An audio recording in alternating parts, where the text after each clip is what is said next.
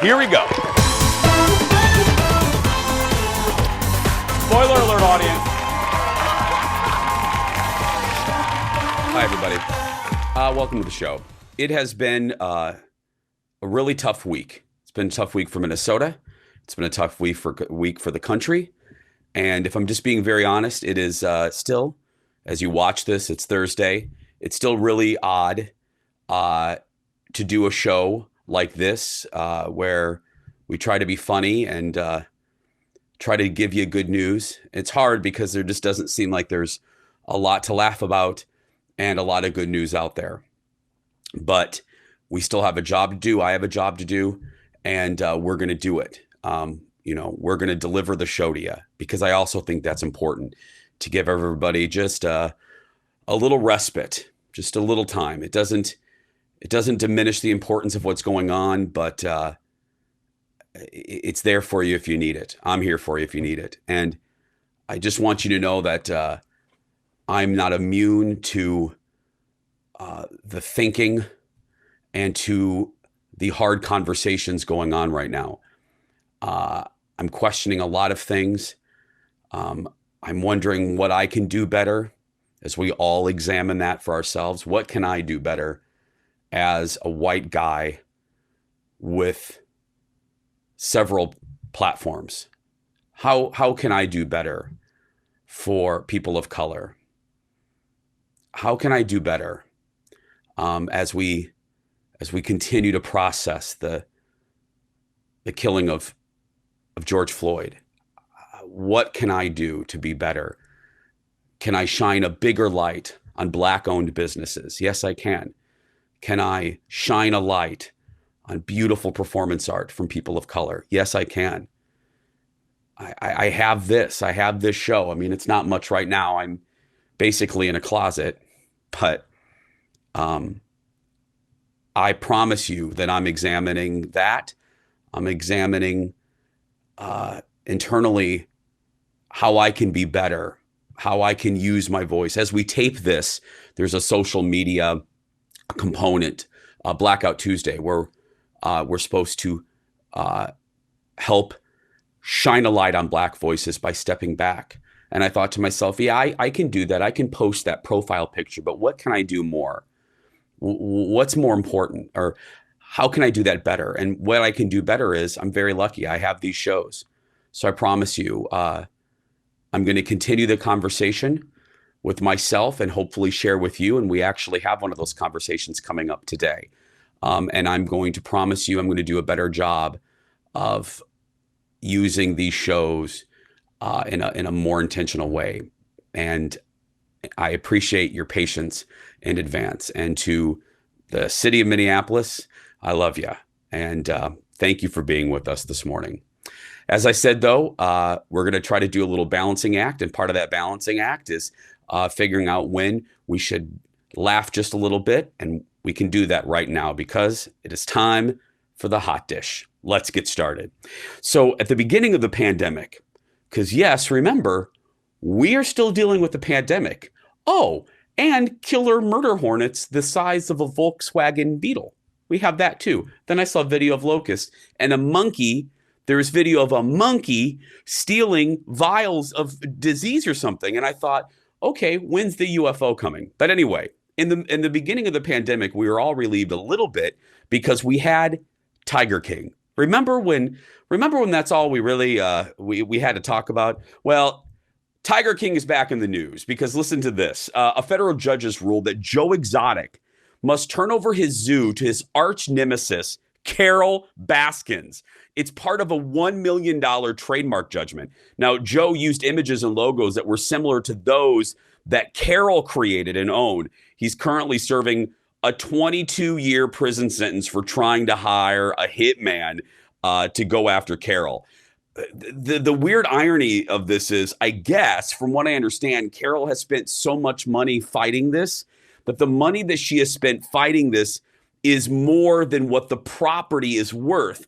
Because Nutter Butters, who owns the land currently, he's pulling out all the kitties. And so I guess congratulations. Yeah. I love Tim Gunn. You love Tim Gunn. We love him for a lot of reasons. We love him mainly because he's fabulous, and then we also love him because he has amazing fashion sense. Well, he's freaking everybody out because listen to this. Tim Gunn, of course, you know, Project Runway, is usually the best dressed guy in the room and hated the idea of comfort clothes. But now he says he's been wearing pajamas, everyone. Pajamas and loose-fitting clothing for weeks and has decided it's really nice. Clothes are an assault on your body, he said. He says he now has tremendous amounts of empathy for people who want to dress comfortably. Well, thank you. On behalf of all of those people that's been dressing in sweatpants to go to Target for years, thank you, Tim. As I sit here in an outfit that I've worn now for 4 months because I can't get into the Fox building. It's not really a joke. It kind of is. All of my suits are at Fox. And I love it. They're being really strict on who can come in, and I love that. But all of my ties are there. So that's why you're looking at this. Finally, before we go, sad news for Colton. Remember Colton, everybody? He was the virgin bachelor from last year. Well, get ready. Colton and his fiancée, Cassie, whatever, have called it quits. Insiders told Us Weekly that they are really, really good friends, but they were basically just roommates by the end. The two made it more than a year, which in Bachelor, it's like cats and dog years. That's very long. They felt like roommates toward the end. As I sip water, it's going to prevent me from saying something. Read my mind. Read my mind. That's right. Yeah, we have a great show still ahead. So stay right there. Get yourself a glass of water. Pull your roommate over. Sit on the couch. And let us just try to smile and take our mind off things for just a few minutes today. Thanks for being here, everybody, and we'll be back right after these words.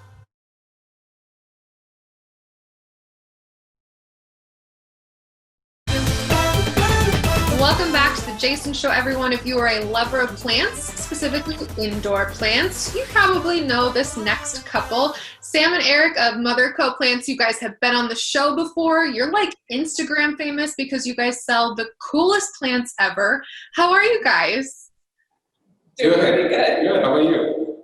Oh, you know, I'm doing well, and I'm so embarrassed because I have a fake plant behind me as we're doing this interview. Do what you gotta do. Yeah. You gotta do. And in my defense, all my cool plants are getting their summer vacation out on our porch right now. But I want to talk to you guys because, like I said, everybody follows you on Instagram. People know you as having these really tropical, funky, exotic indoor plants, which I just got one for my sister from you guys. And she asked so many questions, which got me thinking, people probably don't know as much about indoor plants. So right off the bat, for folks like my sister Ellie, if they are new to the game, what are some really easy indoor plants they can start with? Sure. You wanna? Yes. Yeah. Okay, so to my right, we have the ZZ plant, the Zimicula zimfola. They're kind of like what you call the indestructible plant. They don't need tons of water. They're more low light tolerant than most plants are. So this is like what I like to start people out on. And then similarly, I would say your mom had one of these. It's a Sansevieria, otherwise known as the snake plant, the mother-in-law tongue. Those are still the common names, but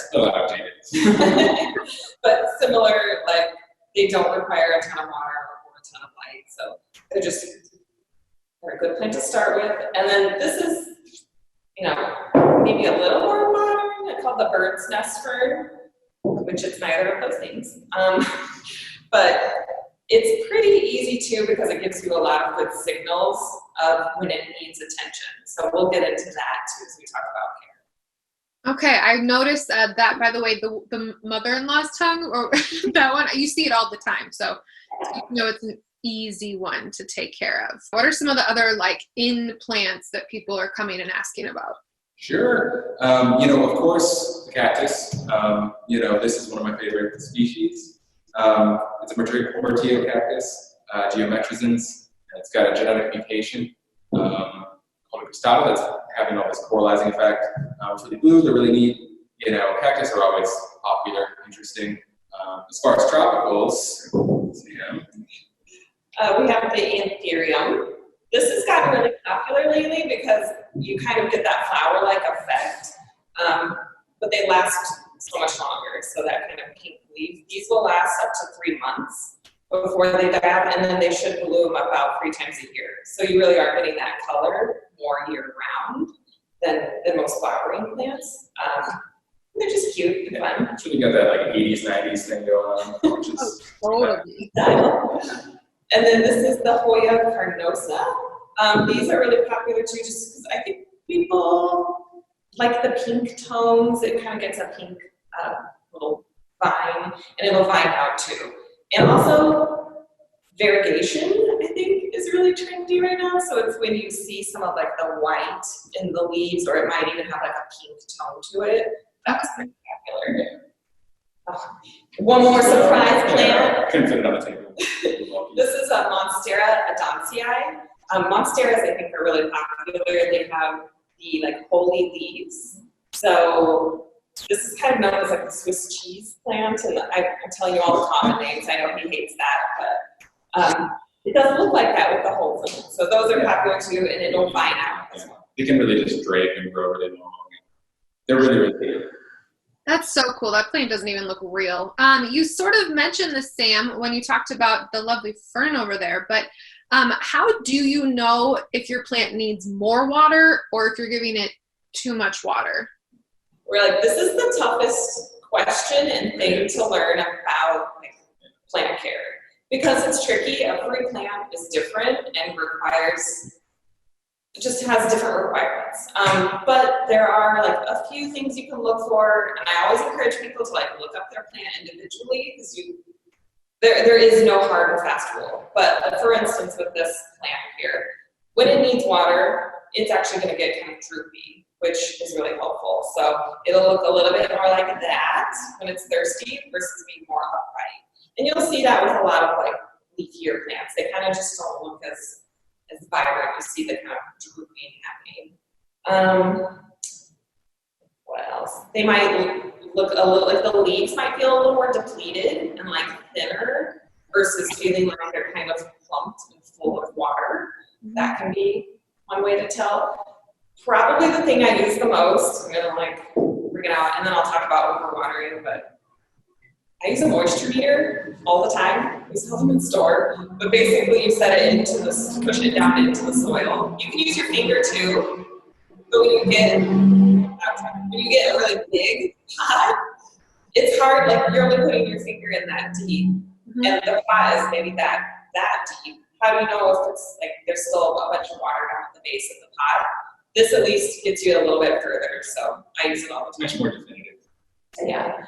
And then overwatering, this is one of those, like, I almost don't want to say it, but it is true for a lot of plants. You'll see kind of the yellowing happening.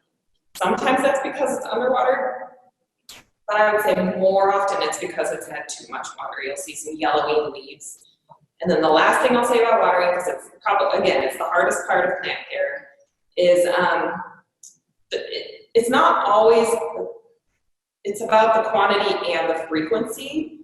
So make sure when you do water, a lot of times people are like, oh, I just give my plant like a cup a day, or a little tiny, an ice cube a day, or something like that. Most of the time, I would say you let the plant, whether it's a week or 2 weeks, depending on the plant, you actually want to give it like a good amount of water to truly soak it and like get to the base of the roots so it can soak the water up. That's my last piece about water. No, all good information. Let's see, we're at about, okay, so the other big thing, sun. You read about direct sun, indirect sun, light-filled room, too much sun, too little sun. Talk to me about sun, Eric. I mean, we can keep it pretty brief. Usually there's about 10 or 15 different ways you can explain the amount of sun in any given space. The way most folks break it down, the way we break it down is low light, medium light, and high light. Highlight is typically your cactus, and that's just physically as much sun as you can give the plant. Most plants will always recommend either east or southeast, fully south-facing or south-southwest facing. Thank you guys so much for chatting with me. I have a few plants. If folks want to know more about you, where can they find you? And I know right now it's a little different with shopping for plants, so how can they find out more information? Yeah, so right now we're doing online sales. We've converted most everything and almost every plant available online at mother-plants.com. And we're also open by appointment. So, you can go on our website or Instagram, which is Instagram@shopmother, and book an appointment. And it's a, one in, one out personal shopping appointment in our 5,000 foot retail space. So and we can answer all your questions in person. Masks on. So masks on. I love it. And hey, people, if you just need a sweet retreat, let me tell you, that place is gorgeous. Eric and Sam, thank you so much for talking to me about houseplants today. I appreciate you. Stay safe. Everyone, The Jason Show will be right back after this quick break. Thank you. Bye.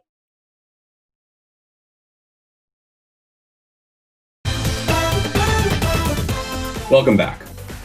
Over the last almost 6 years of The Jason Show photojournalist and editor Eric Sturm's camera and lens has captured almost everything. The craziness of the fair, various guests, the absurdity of watching me try to do sports, and many more silly things. This week, a different challenge, a different assignment. Capturing the images of the Twin Cities following the death of George Floyd. The anger, the anguish, the grief, the destruction, and yes, hope and reconstruction. Take a look. Hello? Hey, baby, how's it going? Okay, listen, I'm busy to stay in the house, okay? Sweetie, it's bad. Okay, it's bad.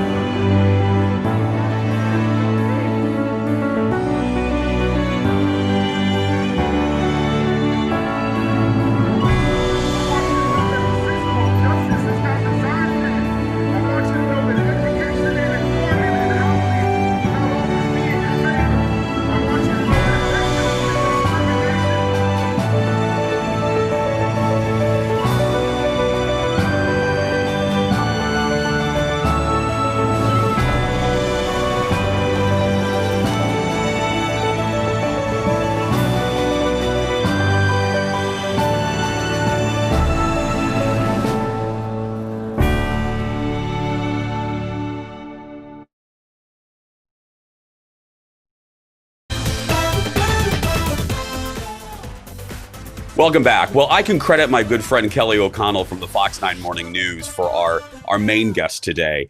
I got to tell you, he is an angel here on earth. The minute I saw this video posted to the Fox 9 social media accounts, I knew that I had to talk to this guy a little bit more. And this is the guy I'm talking about. This is my friend Pierre, who literally, well, I'm going to let him tell his own story, but this video right here at the Lake Street Target changed a lot of things for me, and I'm thrilled to welcome Pierre to the show right now. Good morning. Hey, good morning. Thank you so much for having me, Jason. I really appreciate this. No, I appreciate you being here. And full disclosure, people that watch the TV show and listen to the radio show, you guys know that Pierre was a guest of mine on the radio show, and I tweeted him and I said, I want you to come on this show because I think what you have to say is so important, especially in the period that we're living through. But before we get to all of that, Pierre, can you kind of tell everyone your story and what really drove you to literally drive to Minnesota? Absolutely. So Thursday night, I was watching the news and I saw the video of what had happened to George. And so I watched the video and then I exited out of the video and started doing some research on the situation to make sure I fully understood it. Then I rewatched the video, then I did some more research. And then on my third time watching the video, I just broke down. Like I said on the show a couple days ago, I'm not I don't show my emotions extremely well, and I haven't cried in a while, but it just hit me so hard and I felt so hopeless that in that moment, I just started crying. And I decided around that time that I had to go to Minnesota. I had to go to Minneapolis. I felt a pull to go there. And so I called up Emma Hoitia. She was the one who stayed with me. She was the one who was by my side most of the protests, most of the cleanup. And I was like, hey, I'm coming into town. Do you have a place for me to stay? And she was like, absolutely, don't worry about that. So the next day, on Friday, I left around 3 p.m. and I started driving to Minnesota. A lot of construction, a lot of traffic, got in around 2 a.m., stayed up talking with her family about the situation, about my goals for the weekend, went to bed at 3 a.m., and then woke up at 9, and then we got out there. And Pierre, Emma lives, correct me if I'm wrong, Emma lives here in the Twin Cities, right? Yes, she is. She's in the Twin Cities. Hi, Emma. We've been talking about you a lot the last few days, Emma. Yeah. How did you guys, before you continue, because obviously there's a lot to tell, how did you and Emma, are you guys longtime friends or? So we became friends when we both came to Bradley because we were on the student senate. I was the Speaker of the Assembly, and Emma and I. Of course you were, Pierre. Of course you were. Yep, and Emma and I were working together, and we became friends. She's actually now the student body president for my university. So the leadership really is very clear to see inside of Emma. So you talked to Emma's family. You got up that morning, and you went down to the Target Lake Street. What did you see? What were you feeling? Take us there. So we had gone to other places, and we had been met with so much hospitality. We were cleaning off walls. And then we ended up walking to the Target and we tried to scrub the graffiti off of the back of the Target. And there were camera crews and people around the area, but we didn't have the tools we needed to scrub the graffiti. So we went looking for more supplies that could help us out. And we walked around the front and there were people running in and out of the Target, grabbing food, grabbing things, people taking videos. And we pulled the door open fully and water floods out. So water's flooding out onto our feet, and Emma and I just kind of look at each other like, this is ridiculous. The damage really cannot be overstated. And so there are people in the parking lot who are doing their own things. There are different crowds of people walking, but nobody seems to be paying any attention to this Target. I think it was kind of looked at as this hopeless cause. Because I'm not even going to lie, when I walked in and I sat on the shelves, I felt the same hopelessness that I had felt when I was sitting at home. And that's what drove me to go to Minneapolis. So then when I felt that hopelessness in this Target, I knew that that's where I needed to be. And so. And you went down there and here's the video of you. You ran into Kelly. And what was the atmosphere like there, Pierre? We can see it for ourselves. I mean, when we look at this video, this is what I was struck by, Pierre. It was filled with hundreds of people of every background, every color, is that what you felt? Is that what you saw? That's exactly what I saw. And that was day 2. So that was day 2 when I ran into Kelly, and there were even more people that I hadn't spoken to on day 1. People had pried open the other doors and they were coming from all different walks of life. And that was my favorite thing to see because everybody was out there for their own reasons. We hoped that it was all for justice, all for the movement, the Black Lives Matter movement. But even if it wasn't, people were getting along, people were hospitable to each other, people were friendly, and that was what was beautiful. Because there was no need to talk about what had happened because we all knew. The only thing that needed to be communicated in that moment was that we were coming together to give some justice to this location and protest in this way which is still a form of protest. Absolutely. Everybody stay right there. We have much more with Pierre. You're going to want to stick around for it's going to be a great conversation. Back in a moment.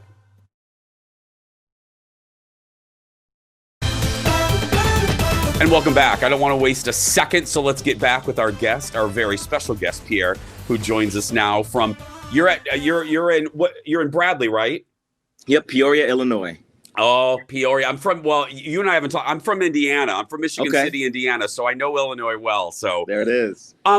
So a little bit ago, we talked about what brought you here, what drove you here.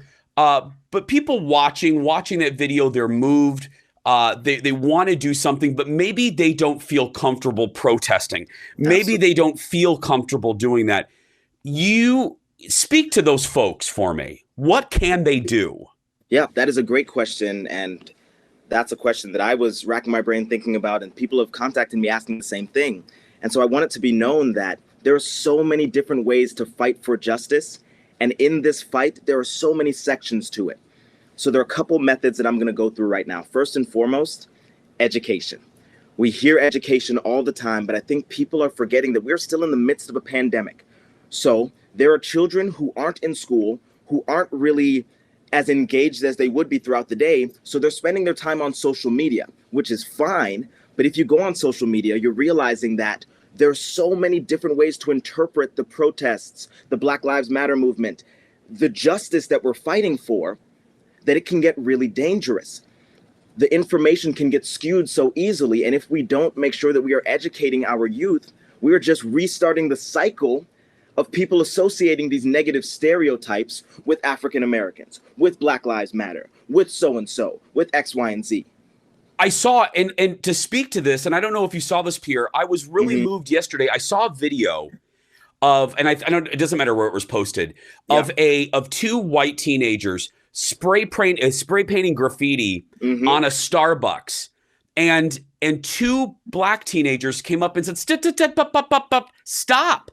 Because we're going to get blamed for this. And I thought that's so powerful, Pierre. See, and that's exactly the case, because people have their blinders on and they don't realize, and I think that's everybody, like it's us. Sometimes we put these blinders on and we don't realize we're seeing a fight for justice, and we're also seeing like unjust actions. And all of a sudden we're putting them in the same category. We're putting the fight for justice with these unjust actions when there are people who are protesting and stopping people from throwing bricks through windows. Black people stopping other black people, stopping white people, stopping Asian people, stopping people from all different races, all different groups from doing these negative things. And that's why we can't allow the narrative to be painted that this isn't justice, that this is just negative. So that education aspect, these children need to hear from their pastors. They need to hear from their teachers. They need to hear from their parents. They need to hear from their friends what is actually happening. And to give them the adequate information, we need to get educated. We need to do the research. We have the world at our fingertips.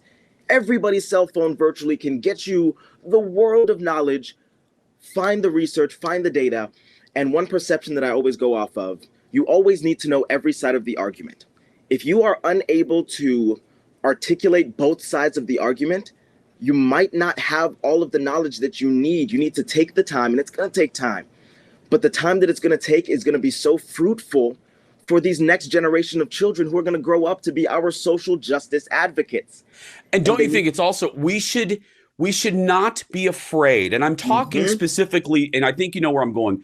Yeah, I'm talking to my fellow white people. It is. We should not be afraid to step into uncomfortableness. We should step into the uncomfortableness because that is where true learning happens.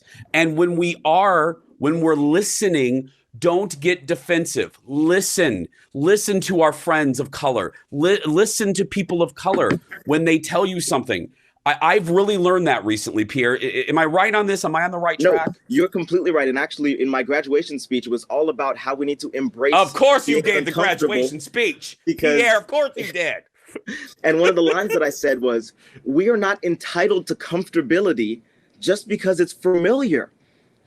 We get so comfortable in what we're used to that we're afraid to step out of that box. But we have to get uncomfortable. We have to have these uncomfortable conversations because we are allies. We are advocates. So the second way, so if you guys want to learn more about that, please contact me. The second way we can help, if you don't even feel comfortable doing that, utilize resources, water, food, masks. We're still in the midst of a pandemic. Hand sanitizer, soap. If you aren't comfortable going to the front line, respect that there are people on the front line who are risking their health and their safety to fight for this. Yes. And like, I'm speaking with passion. I really hope it's not interpreted as anger, but I am passionate right now because there are so many people who are fighting for this justice and they're risking so many things. And if we can help them with the resources, because I was so fortunate after I left Minnesota, so many people were sending me money so I could get back safely from Ohio, from Minnesota, from Illinois, from Iowa. And of the money that I didn't have to use, I'm funneling it right back into the fight. I'm funneling it right back into the front line so they're having water. The last thing we need are our advocates being dehydrated. The last thing we need is our advocates not having nutrient-rich bodies because they're not getting the things that they need to eat. We need to make sure that we're taking care of them in that way.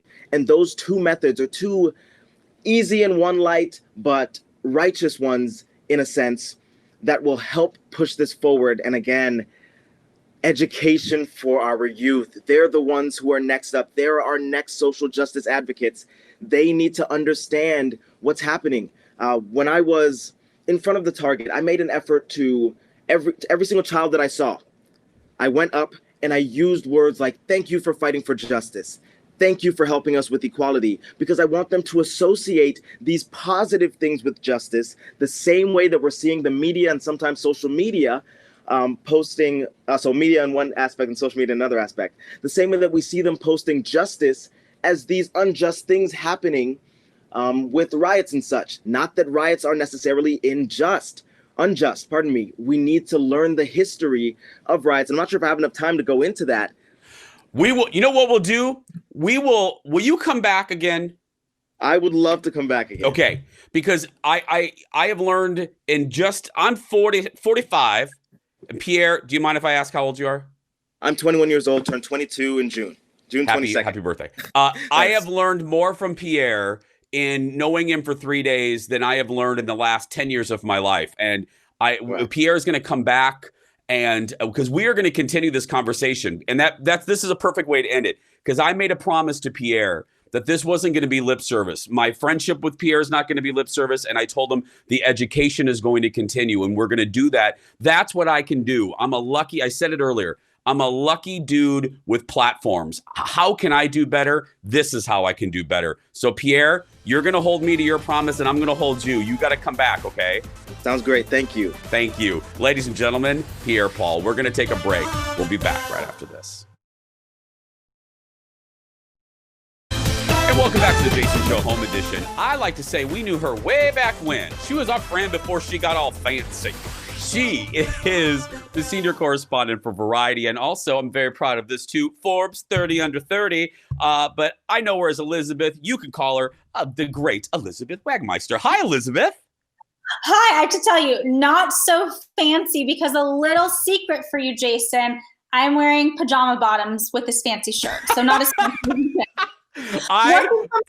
Elizabeth, I'm doing the same. I'm literally wearing like athletic shorts. I'm fancy on top, a mess down there. Yeah. Right there with you. Yeah.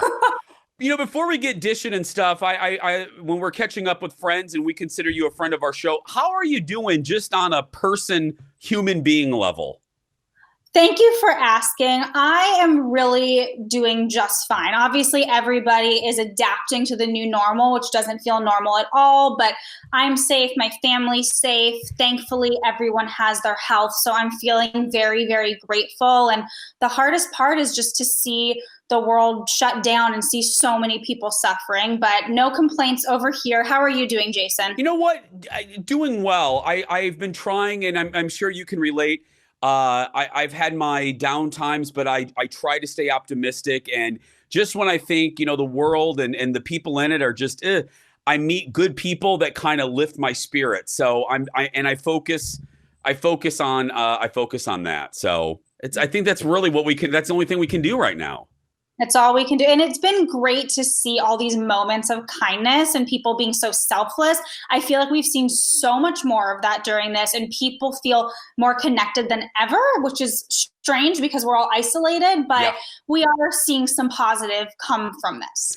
Let's dish a little bit. You did some exclusive, because what we're going to talk about there, folks, is the fact that, look, we've talked about it in the hot dish. Hollywood is shut down. I mean, Elizabeth and I were joking off air. You walk outside, it's like The Walking Dead, but The Walking Dead isn't even The Walking Dead because nothing is being made in Hollywood.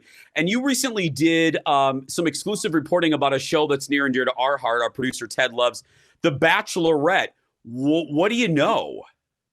So I love The Bachelorette. Just to say, I am not just a reporter who covers the show. I am a fan. So I want the Bachelor franchise to come back.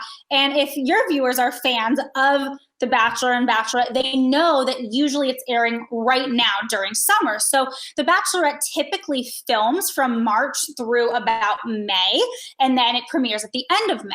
Well, The Bachelorette was shut down. Their production was completely halted about one day after production even started, because that's when the pandemic shut everything down in Hollywood. So Claire Crawley is the next Bachelorette.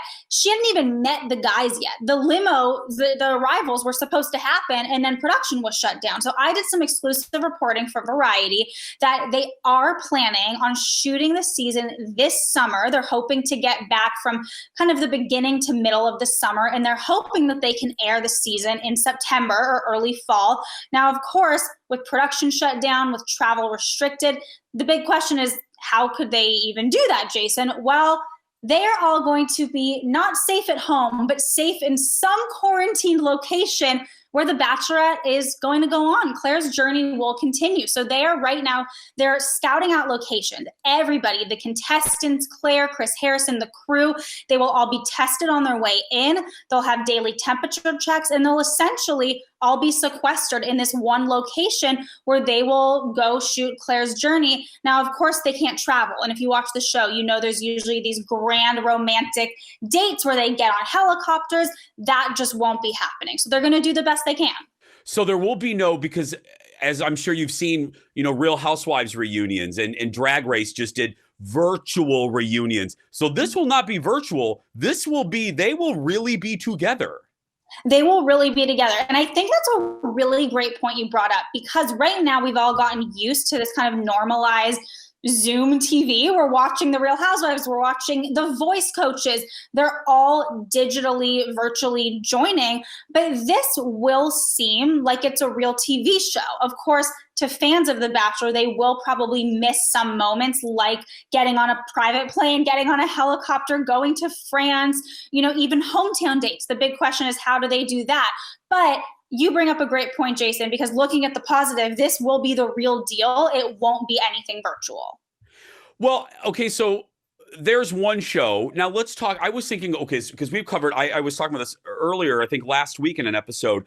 I was thinking of shows like The Price is Right, which rely really on the audience. I mean, shows like Our Show and Fallon and Live with they can all do a show without an audience. But I wanted to ask you, an area we haven't covered is award shows. I mean, you know a lot about award shows. I'm showing a beautiful picture of you right here from your Instagram, from our sister show, Good Day LA at the Oscars. What have you heard about award shows? So award shows are a big question mark. And as you said, I cover the Oscars, I cover the Emmys every year. When you think about a red carpet, what you see at home when you turn on E! Or when you turn on Good Day LA and you see the red carpet, all you see are the reporters and the stars. First of all, that's already a ton of people. But aside from that, you have photographers, you have camera crews, you have the event planners, you have the publicists, and then not just in the theater. For instance, the Oscars are held at the Dolby Theater in Los Angeles. That theater alone carries 3,400 people. Then backstage, you have all the media there. So there are thousands of people. Even though the Oscars aren't until February 28th, 2021, it does seem likely that just won't be doable to get thousands of people in the same area. Now, the bigger problem when we're talking about the Oscars specifically, sure, you can have a ceremony and just say no red carpet, no audience, But what awards are they going to give out? Right now, movie theaters are closed, production is shut down, films haven't been released. So you can't nominate hundreds of movies if hundreds of movies haven't come out during this year and haven't met the typical eligibility period. So the Oscars have a real kind of uphill battle because nobody knows when the movie business is bouncing back. But when you talk about the Emmys, which are sooner, they're this September, so they're 4 months away, still ways away. They do have awards to give out because everything on television has aired. So I am hearing from my sources the Emmys will happen. The big question is just, is there a ceremony? And I'm guessing the answer is no. Before we let you go, I try to begin or end with a compliment. I just have to say, I was speaking to a dear friend of ours, and our viewers know her because she was on the first season of our show, the executive producer of Good Day LA, Hey Haley, as we call her. I was talking to Haley about you, and I just want to say, I haven't publicly said this to you, or even, I'm just so proud of you. And I know that sounds, because you watching your progression over the last few years, you are just kicking blank and taking names. You're unbelievable reporting about the Me Too movement and the role Hollywood played. You had exclusive upon exclusive, great information, great reporting. You were all over the place. You are so good at what you do. And I just wanted to have the opportunity to tell you, I think you're just one of the best. And you're just fantastic. And I'm so happy that success has found you.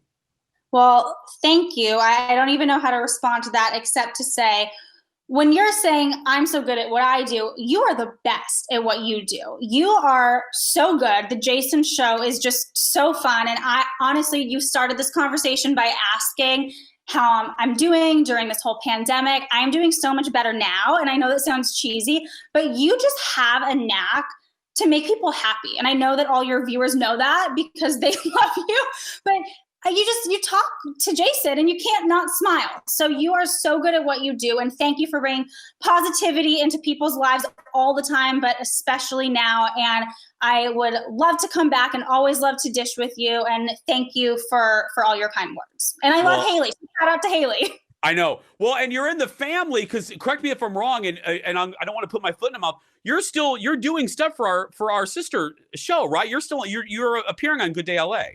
Yes, so I am on Good Day LA now during this pandemic. I work for Variety. I'm the senior correspondent at Variety. I've been there for almost 6 years.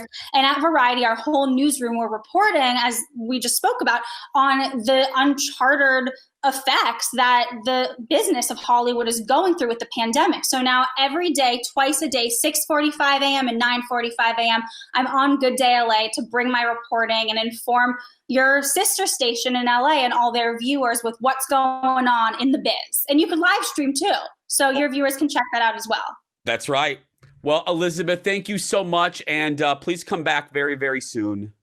I would love to. Thank you, Jason. Stay safe. Thank you. You too. Ladies and gentlemen, you can follow Elizabeth on social media. We'll put it right down there. We're going to take a break. We'll be back right after this.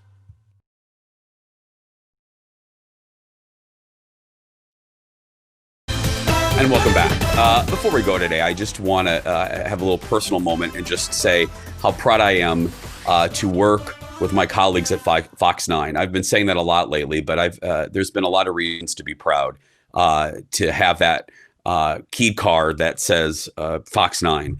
If I start listing names, I'm going to leave somebody off and I'm going to hurt feelings, but I do want to just recognize a few because they're just dear friends of mine. Kelly O'Connell has done such a good job. Kelsey Carlson and my buddy Karen Scullin is just tremendous. Scullin is, and that's what I call her.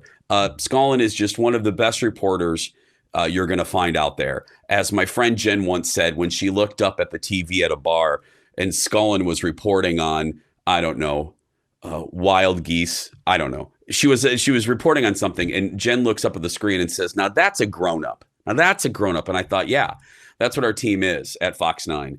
And if you're watching us from other markets, Fox 9 is our home base here, covering the peaceful protests and then the destruction. Watching that and watching my colleagues on the front lines to give all of you information. I cried for so many reasons, and one of them was just immense pride in calling these people friends and colleagues. So I just want to say on behalf of all of us, from Scullin to Kelly on, thank you. Thank you for the work you're doing. And thank you to all of you for watching today. Don't forget, we have brand new episodes on Tuesdays and Thursdays. And you can always find us on social media. All you have to do is search for Jason Show TV on Twitter, Instagram, and Facebook. Go out there and be yourself, everybody, because nobody can tell you you're doing it wrong. Thanks for watching, and we'll see you real soon.